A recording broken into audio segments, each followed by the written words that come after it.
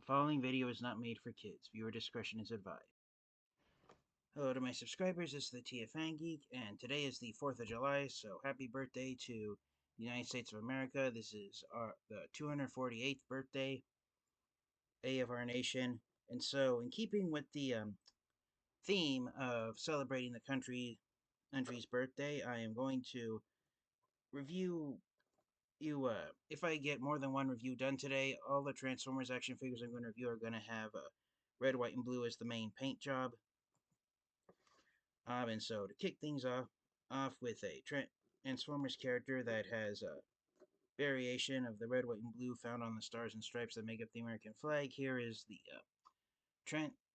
Transformers Studio Series Gamer Edition Voyager Class Starscream. So, out of all the sub-series of the Studio Series line, the Gamer Edition line is the one that's unfortunately done the worst in terms of how well fans and collectors have received and enjoyed the action figures overall. But from the reviews I've seen of people who got a hold of Gamer Edition Starscream when he first came out a couple of months ago, he's one of the better of the Studio Series figures, right up there with Optimus Prime. I've seen more than one collector say that Starscream is their personal favorite of the Gamer Edition Decepticons. He's far greater than Barricade and Megatron are.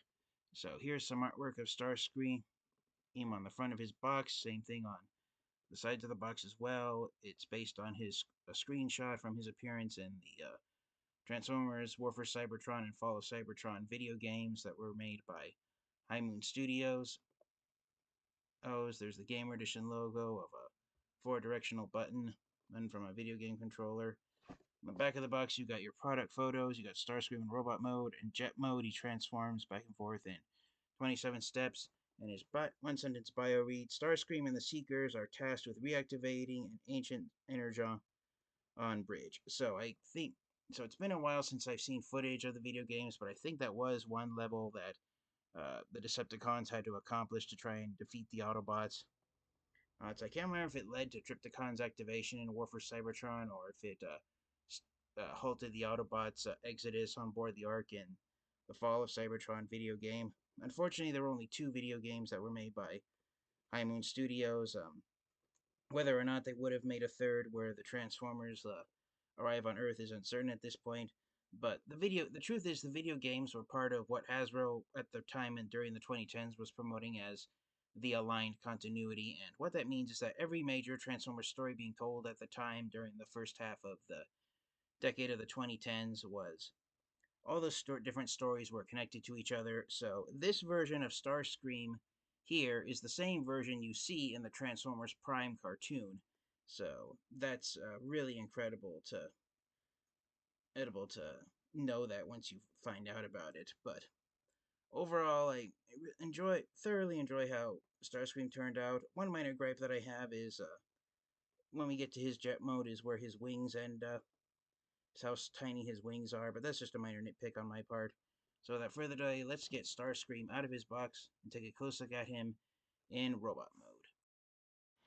Alright, and so here is Gamer Edition Starscream out of the box. He doesn't come with his null rays, unfortunately. There aren't even any 5mm pegs on the arms, so if you have the original Generations Deluxe Class Fall of Cybertron Starscream figure that was released back in 2013, unfortunately you can't take the null rays off of the Deluxe Starscream and put it here on the Voyager, since there's no proper attachment place to attach them. So that is a tad disappointing in that regard. Out of the box, I noticed one of Starscream's legs isn't fully transformed properly. There it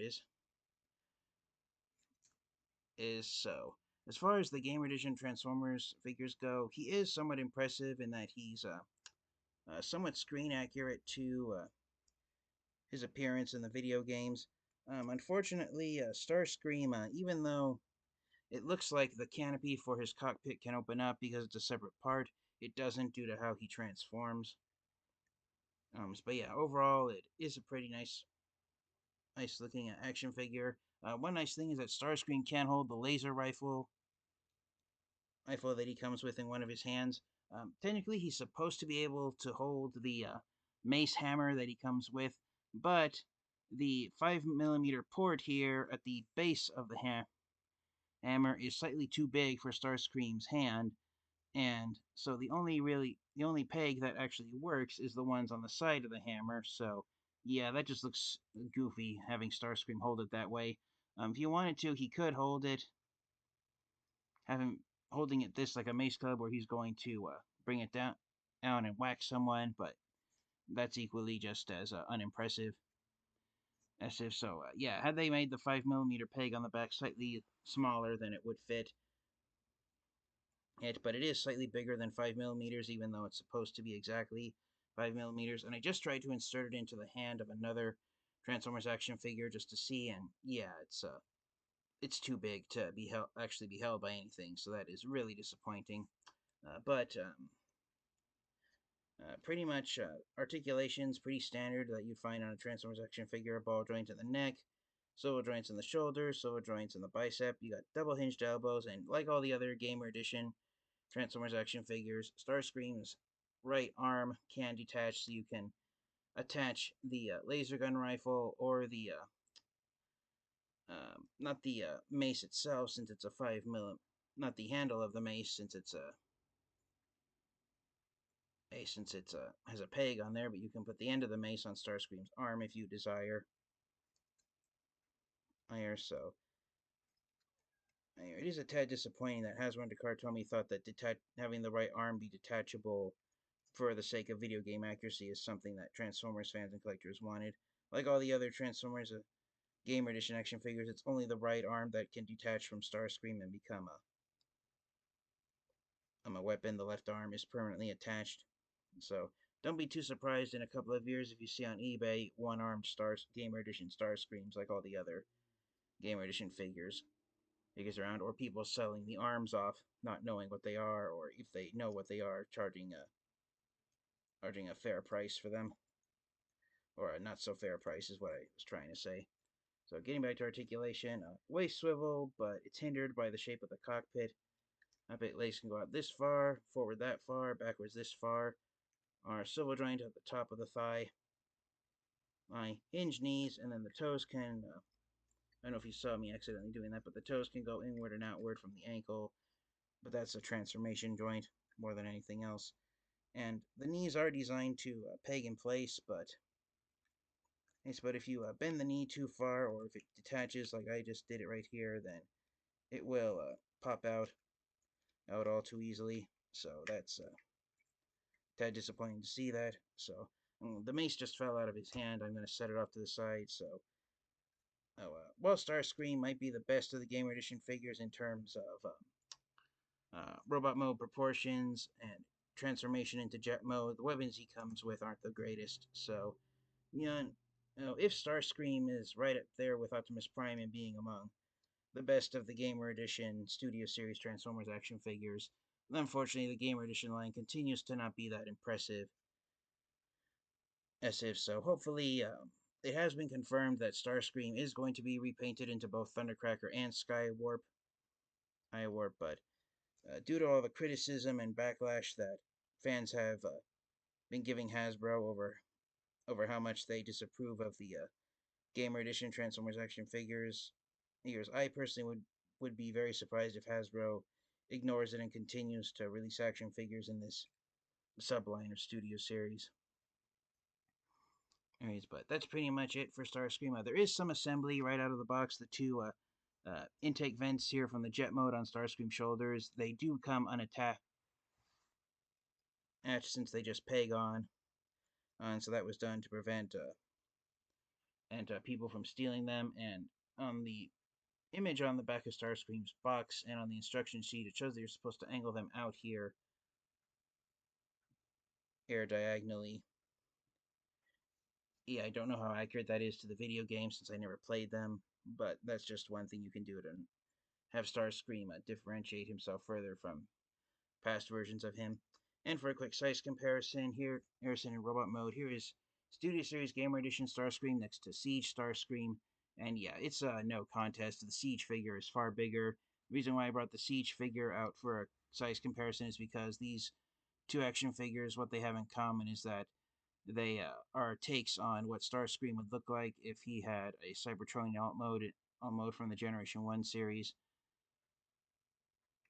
Ares. So two drastically different ideas for how Starscream would look if he were on Cybertron and traveling around and not having an Earth-based ace jet et. So setting him off to the side. Alright, that's pretty much all there is to say about Gamer Edition Starscream. Not too much that's too impressive, but then on the reverse side, not too much that's too terrible compared to the some of the previously released Gamer Edition Transformers figures. So let's get him transformed into alt mode and we will wrap up the review. Alright, and so here is the Gamer Edition Starscream transformed into his jet mode, and I can understand why he's gotten a lot of positive reviews from collectors, but the truth is, I don't know how I'm going to show this, but the Starscream's actually a little bit of a floppy mess. There's only a few ports that hold the back side of his jet mode, which is formed from his row of legs in place, and as you can see, right there, they flex quite easily, and also the arms underneath are supposed to connect fully together, but on my copy, they keep wanting to spread apart.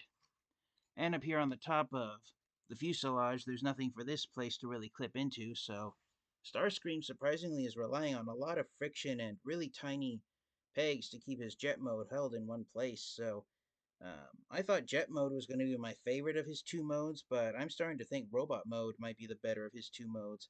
And again, the one minor gripe I had before I got him out of the box was how tiny his wings are. I mean, when you consider the fact that Starscream's robot mode legs double as the engine thrusters, the thrusters are 3 times the size that his wings are, so even if it is a science fictional craft, I doubt Starscream is going to get much aerodynamic posing in this jet mode, especially not compared to the Siege each Tetrajet at mode that this Starscream transforms into. Now, always had I've always had I've always mildly enjoyed the design for Starscream in his video game design, and there was one part of his transformation I forgot to do, which was the tiny little back tail wings here on the side. I forgot to flip those out. So yeah, there he is now, complete in his jet mode. And those two tiny tail wings don't really make much of a difference for me personally. So yeah, unfortunately for me, I am going to say Starscream is right down there alongside Megatron and Barricade, not being the greatest Transformers action figure of the gamer, even by Gamer Edition standards. So unfortunately, the Decepticons and the Gamer Edition line have definitely gotten the short straw when it comes to having top quality Transformers action figures, and to make matters worse, the only actual weapon space for Starscream's two weapons that he comes with is just plugging them onto these two 5mm ports here on the top of his fuselage. And since they're hexagon shaped, it's going to be a bit of a challenge getting the sledgehammer in there. Let me see if I can get the rifle to stick in there. Here. The instructions and Starscream's box show you to put the rifle on this side of the tail fin, so the scope isn't hitting the actual tail fin itself.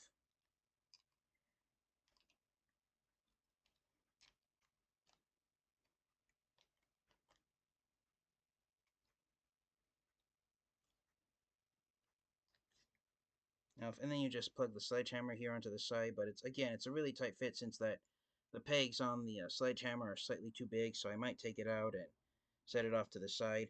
And so for those of you wondering, why does the center of Starscream's jet mode look as wonky and open spaced as it does? And this is, I personally believe, the reason why was so that the spikes on the sledgehammer could have clearance space to sit on top of Starscream in jet mode for weapon storage, which is one of the worst cases of for weapon storage. Just plug it on the top of the alt mode and call it a day. So yeah, even with his both of his weapons attached, it's still not the greatest. So I was hoping from the positive reviews I'd seen on Starscream that I would be equally as impressed with him, but unfortunately, you guys might be surprised or disappointed to see that I am not as impressed with Starscream as other collectors have been. And I definitely get more enjoyment out of the Siege Starscream than I do the Gamer Edition Starscream figure. So, for the proverbial question, that I ask at the end of each review. Do I recommend getting the Studio Series Gamer Edition Starscream and adding him to your Transformers collection? I only recommend getting Starscream if you want to have a Voyager class-sized action figure of Starscream based on the Transformers video games, or if you're a fan of Starscream overall. If you're not a fan of Starscream and you're not a fan of the video games, and you're not a fan of the Studio Series Gamer Edition line of Transformers action figures, then Starscream can be an easy pass, so I only recommend getting him if you're an avid Starscream fan like I am. But yeah, he's not my favorite Starscream action figure, even though I've only had him out of the box for the time and it's taking me to record this review. But he's not my least favorite Starscream action figure of all time. And there's very few Starscream action figures that I don't get much enjoyment out of, but unfortunately, as far as getting lots of enjoyment out of an action figure Starscream compared to the Siege version or other versions of Starscream, such as the Legacy Armada Starscream or the recently released Legacy United Cybertron Starscream or even Earthrise Starscream. Yeah, this one is not up there in being one of the greatest, but at least Hasbro and Takara Tomy tried, and they did succeed in releasing a Voyager class-sized figure of Starscream based on the video games. So even though I've given Starscream not the best review ever, I still like the figure enough that I am going to get Thundercracker and Skywarp when they get released, since I love seeing all three of the original Seekers standing side by side with each other. So thank you guys all so much, and once again, happy 4th of July to everyone. I'm going to see if I have enough time to record another review of another action figure that has red, white, and blue as the main paint job today before the day's over. But until next time, you guys, this has been the TFangy. This has been my look at the Studio Series Gamer Edition Starscream. In my opinion, it's a mediocre Transformers figure, but at least it's not completely terrible. So thank you guys all so much, and until next time, you guys, stay safe, stay healthy, transform and roll out. Goodbye, everyone.